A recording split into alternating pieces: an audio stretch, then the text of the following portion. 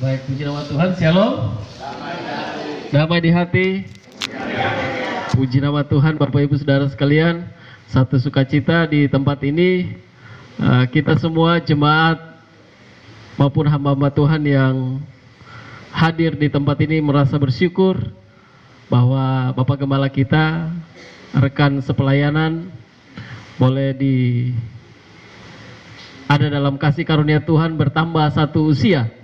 Dan ucapan syukur ini juga sekaligus dengan anak kekasih adik kita Yosua. Dia setelah lulus sekolah dan prosesnya dia waktu ikut seleksi Polri ini, anggota Polri ini, saya rasa kayak dia ingin coba-coba begitu, nanti lulus apa tidak. Ternyata semua dalam kehendak Tuhan dan dia pada akhirnya lolos sebagai anggota Polri. Dan seperti yang tadi sudah disampaikan oleh pemimpin pujian, dia sedang melanjutkan pendidikannya untuk masuk dalam satuan Kopassus. Nah, Bapak Ibu Saudara sekalian, penting bagi kita sebagai orang percaya melihat setiap proses dalam hidup kita ini sebagai bagian kedaulatan Tuhan dalam hidup kita sebagai orang percaya. Dan di dalam segala sesuatu yang kita hadapi, sudah sepatutnya kita sebagai orang percaya menaikkan rasa syukur itu di hadapan Tuhan. Saya ingat betul di dalam kitab Ulangan pasal 23 bagaimana orang percaya itu berproses dengan hidup mereka, terutama umat Tuhan, bangsa Israel berproses dengan hidup mereka tidak mudah. Persoalan demi persoalan yang mereka hadapi tidak mudah, tetapi pada akhirnya bahwa firman Tuhan itu mengajar mereka untuk melihat dengan nyata, melihat dengan sungguh-sungguh bahwa Tuhan itu berperkara dalam setiap kehidupan mereka. Maka imam besar memanggil mereka dan mengajar mereka, kurang lebih begitu, mengajar mereka di dalam kebenaran firman Tuhan bahwa yang harus dilakukan dalam ucapan syukur adalah setiap apa yang hendak engkau lakukan di dalam Tuhan, bawa itu di hadapan Tuhan. Maka ada yang bawa ternak, ada yang bawa hasil kebunnya di hadapan Tuhan, bukan untuk memperkaya hamba Tuhan. Tetapi di dalam semua itulah ketika mereka berproses dengan keadaan mereka, maka dikatakan di situ mulailah imam itu mengangkat ulu hasil itu di hadapan Tuhan dan memberkati umat itu. Dan ini adalah satu ucapan syukur yang kita lakukan. Tradisi ini bukan ikut-ikutan dari mana, tapi bersumber dari Alkitab. Dan hari-hari ini kalau kita melihat juga banyak anak-anak Tuhan dalam ucapan syukur juga kadangkala lupa tentang bagian yang penting itu. Yang diutamakan adalah makan minum. Ya, saya juga bicara begini karena saya juga sudah lapar jadi. Ya, tapi jangan khawatir, di luar sana sudah disiapkan makan minum karena ibu-ibu konsumsi tadi malam mereka sudah begadang. Ya, jadi pulang hari ini diberkati oleh firman Tuhan secara rohani, tetapi juga diberkati secara jasmani dalam kehidupan kita sebagai orang percaya. Jangan khawatir, ada papeda bungkus dan seterusnya. Ya, Bapak Ibu Saudara yang dikasihi oleh Tuhan, ucapan syukur bukan hanya berbicara tentang makan minum tadi, pesta pora dan seterusnya, tetapi ucapan syukur adalah merenungkan kasih karunia, terutama untuk kita sebagai orang percaya, merenungkan kasih karunia Tuhan dalam hidup kita sebagai orang percaya. Di usia yang ke-50 tahun, kita tahu Bapak Gembala kita bukan hanya sebagai seorang gembala, tetapi juga sebagai seorang pegawai negeri bersama dengan ibu, lalu berproses dengan keadaan seperti itu sampai sekarang. Pertanyaannya, ada tantangan tidak? Kalau dijawab pasti ada. Pernah ada rasa ketakutan tidak? Pasti ada.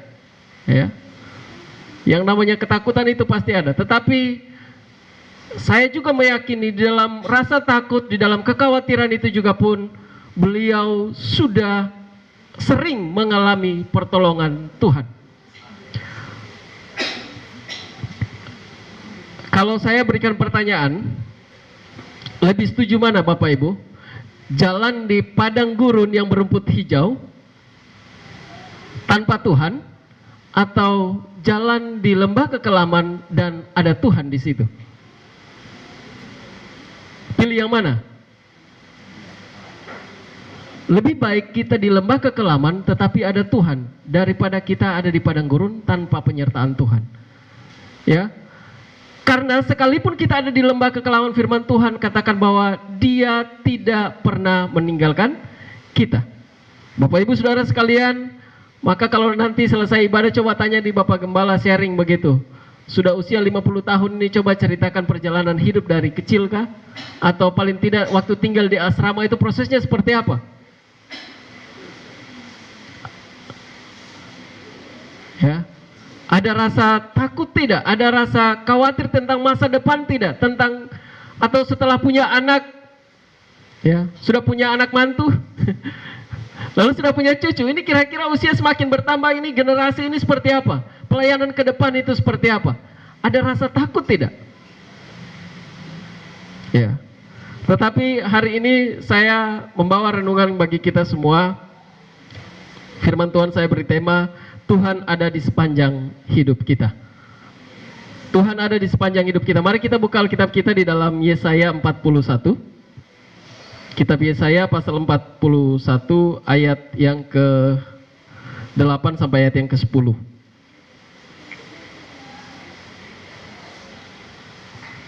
Boleh buka Alkitabnya atau HP kudusnya yang ada Alkitab.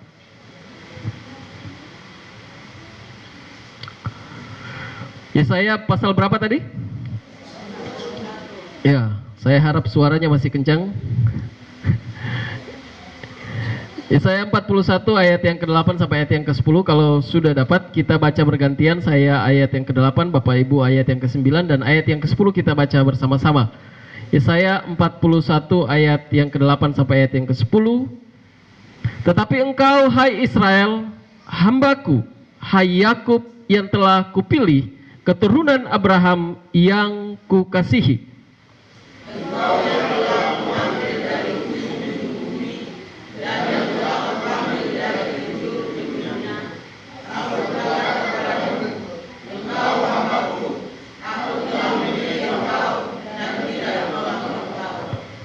Dua, tiga. Janganlah takut, sebab aku menyertai engkau. Jangan bimbang, sebab aku ini Allahmu. Aku akan meneguhkan, bahkan akan menolong engkau. Aku akan memegang engkau dengan tangan kananku yang membawa kemenangan. Amin. Terima kasih untuk kerjasamanya Bapak Ibu Saudara sekalian. Bapak Ibu, di dalam ayat ini merupakan satu kesatuan secara utuh dari ayat-ayat sebelumnya. Dan di ayat yang ke-8 sampai seterusnya itu adalah satu peneguhan secara teologis kepada umat Tuhan, atau khususnya kepada kerajaan Yehuda yang pada saat itu sudah ada di dalam pembuangan di Babel. Dan kita tahu bahwa yang namanya orang ada di dalam pembuangan atau umat Tuhan ada di pembuangan selalu bercerita tentang penindasan, selalu bercerita tentang bagaimana setengah mati hidup di bawah bayang-bayang penjajah begitu. Ya. Dan ini tidak hanya berbicara Tuhan di ayat yang ke-8 ini, bukan hanya peneguhan kepada mereka berbicara tentang keadaan mereka ada di dalam kekuasaan orang Babel, tetapi ada hal yang lain, ada faktor yang lain sehingga muncullah bagian ini untuk meneguhkan panggilan hidup mereka untuk terus percaya kepada Tuhan. Kita tahu bersama bahwa bangsa Babel adalah bangsa yang besar dan mereka sudah menaklukkan berbagai macam bangsa.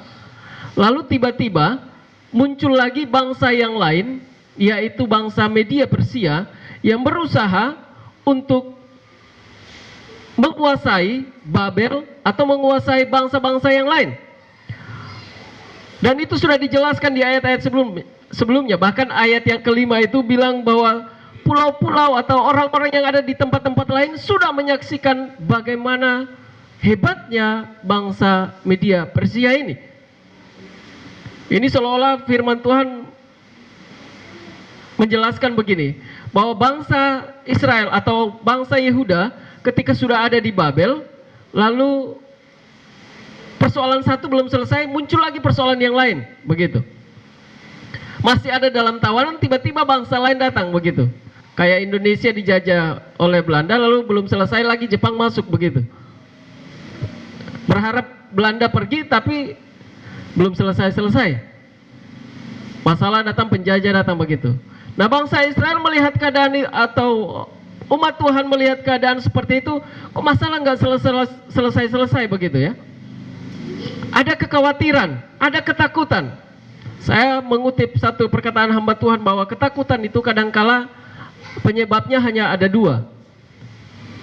Karena kita tidak tahu apa yang terjadi di depan sana, sehingga membuat kita takut. Tetapi yang kedua, bahwa kita tahu tetapi itu di luar kemampuan kita untuk menghadapi, sehingga muncul ketakutan.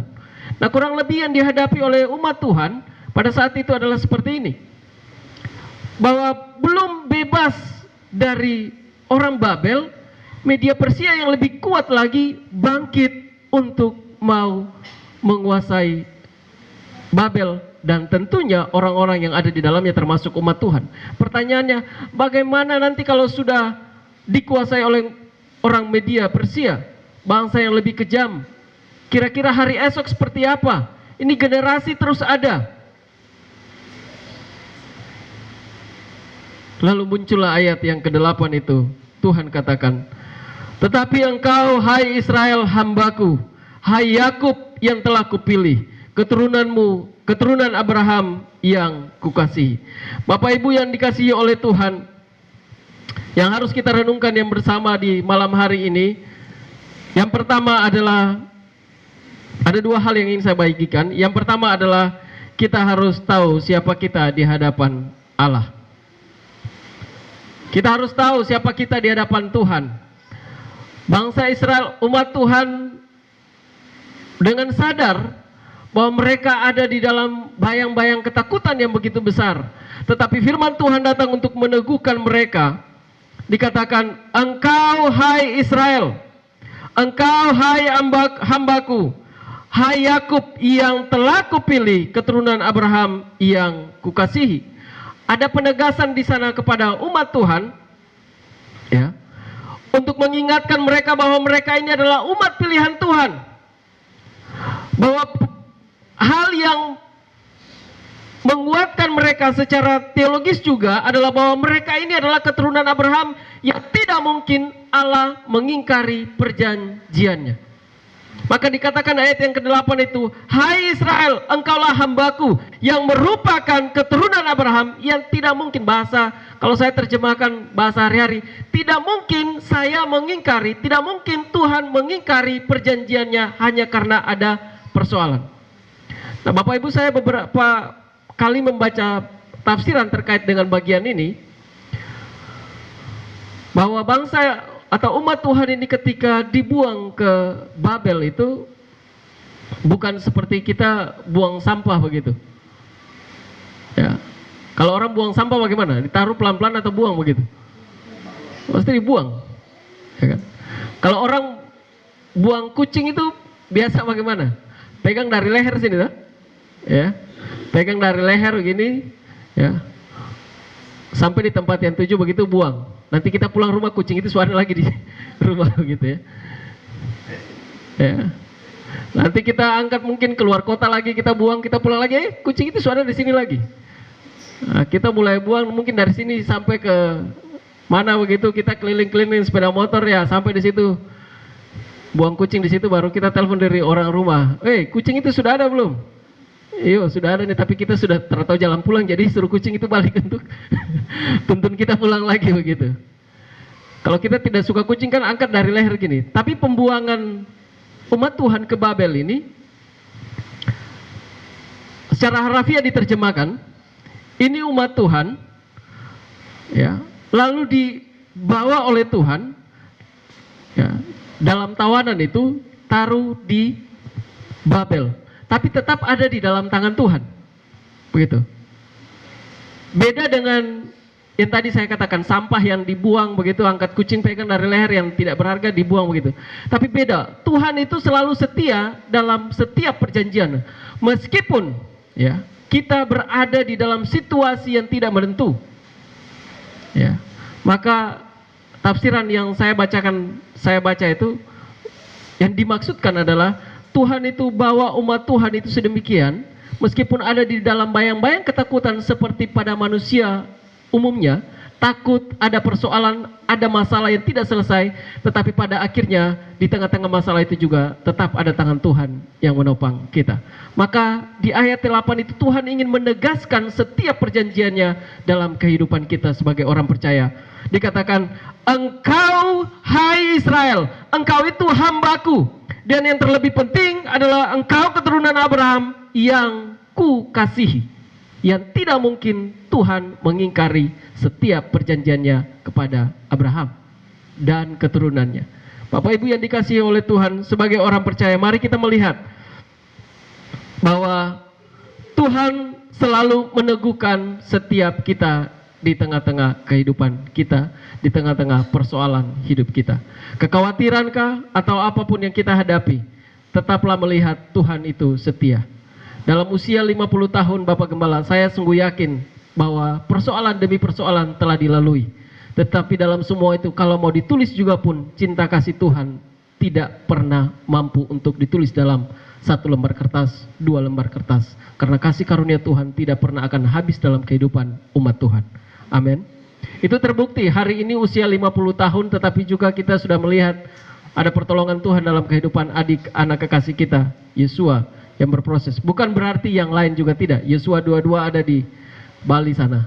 Tapi hari ini kita mengucap syukur di dalam kasih karunia Tuhan atas setiap pertolongan yang sudah Tuhan nyatakan dalam kehidupan Bapak Gembala secara pribadi maupun keluarga secara utuh. Bahwa pertolongan Tuhan itu nyata. Dan harus kita renungkan bersama sebagai orang percaya. Kasih karunia Tuhan itu tidak pernah main-main atas hidup kita. Amin. Ayat yang ke-9 begini.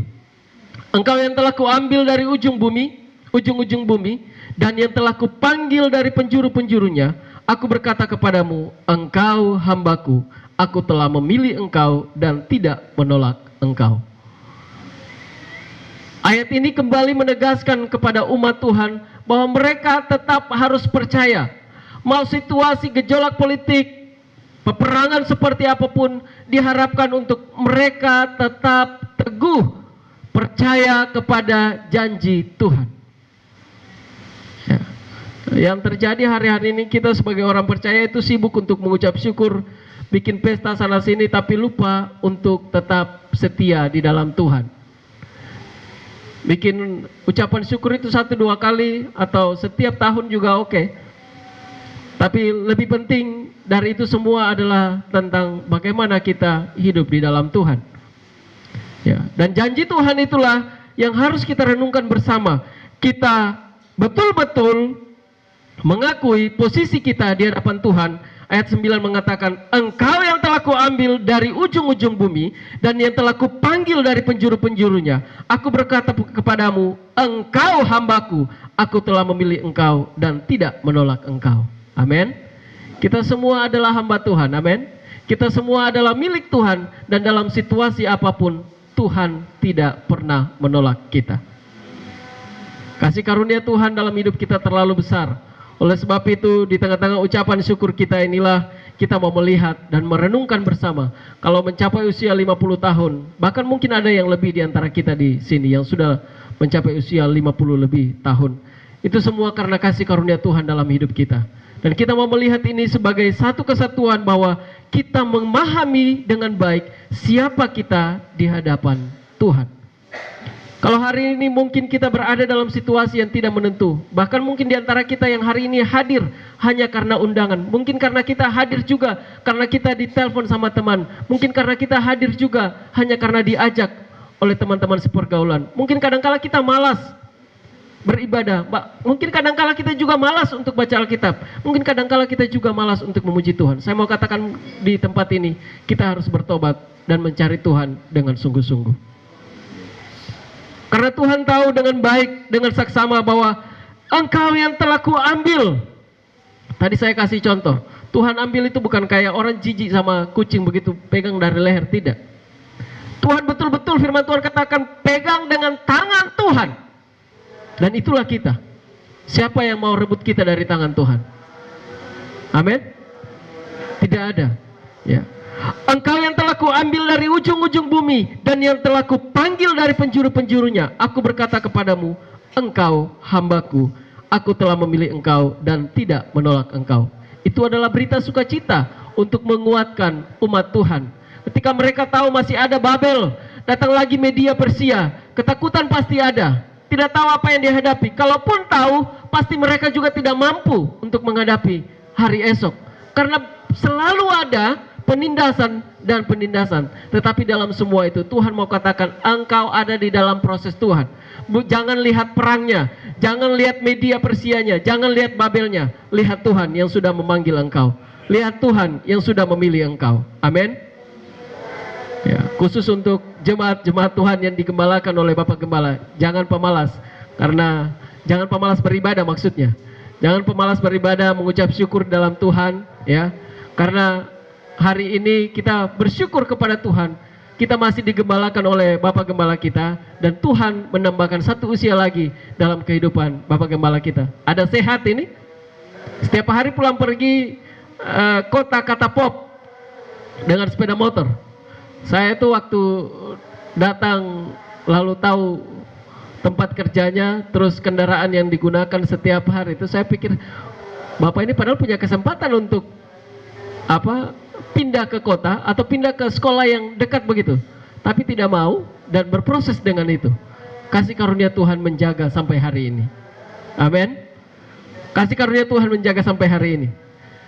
Yang kedua, yang pertama tadi kita sudah renungkan, siapa kita di hadapan Allah. Yang kedua adalah ingat apa yang Tuhan lakukan dalam hidup kita. Ayat yang ke-10 bilang begini, janganlah takut sebab aku menyertai engkau.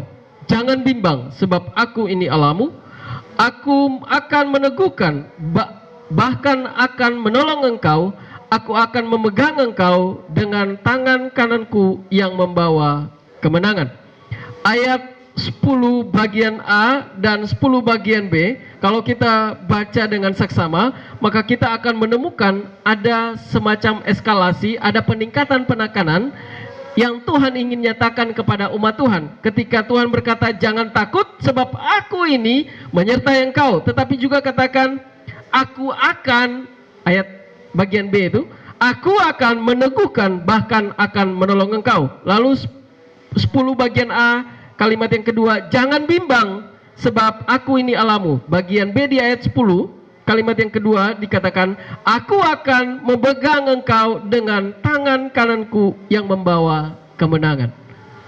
Bapak Ibu, situasi mungkin saja di luar kendali kita. Proses hidup kadangkala di luar kendali kita. Bahkan masa depan yang sudah ada di pikiran kita itu kadangkala melenceng. Ya. Saya beberapa waktu yang lalu baca semacam berita begitu, ditulis di media sosial bahwa di Indonesia hampir 70-80% orang yang bekerja itu di luar disiplin ilmu yang dia sudah pelajari, atau yang dia kuliah lain, kerjanya lain, sekolah lain, kerjanya lain. Itu hampir 70-80% itu ada di Indonesia. Ya. Itu berita yang disampaikan. Tetapi saya ingin katakan bahwa proses apapun dalam hidup kita, Tuhan itu setia. Ya. Proses apapun dalam hidup kita itu Tuhan setia.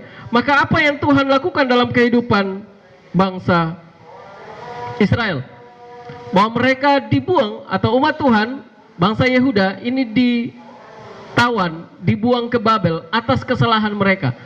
Bapak Ibu, saya merenungkan bagian ini, saya melihat kita sebagai orang tua, kalau kita sudah tegur anak kita, kalau lagi makan, ya, atau minum es krim begitu, makan es krim begitu, Duduk tenang, jangan lari-lari. Nanti dia jatuh atau es krimnya jatuh begitu. Kita sudah tegur, ya. Lalu kasih peringatan, kalau jatuh jangan nangis, kalau es krimnya jatuh berarti kesalahan sendiri. Lalu terjadi, kalau es krimnya jatuh, kita tegas katakan, jangan nangis. Itu es krimmu sudah kotor, jangan diambil, bersihkan. Gitu. Lalu anak itu bersihkan. Tapi kalau air tumpah, ya, air yang di gelas dia pegang sudah bilang tenang, tapi dia masih kepala batu, lalu jalan sana jalan sini dan airnya itu tumpah. Kita sebagai orang tua was-was, jangan sampai nanti dia jatuh.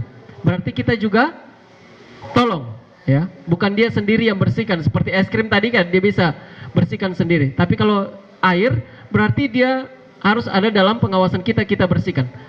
Pertanyaannya, kalau gelas atau piring pecah begitu, anak ini masih kecil, usia 5 tahun begitu, 4-3 tahun, kira-kira apa yang kita lakukan? Kasih bersih, suruh dia bersihkan sendiri, kita dampingi, atau taruh dia di tempat yang aman dulu, baru kita bersihkan? Taruh di tempat yang aman, ya. Anak saya yang perempuan, dia suka bantu mamanya, lalu untuk cuci piring. Lalu satu saat dia cuci piring, mamanya ada di depan dengan saya, lalu gelas jatuh pecah. Saya langsung teriak dari depan itu, "Gempi, jangan bergerak," karena itu pecahan kaca semua.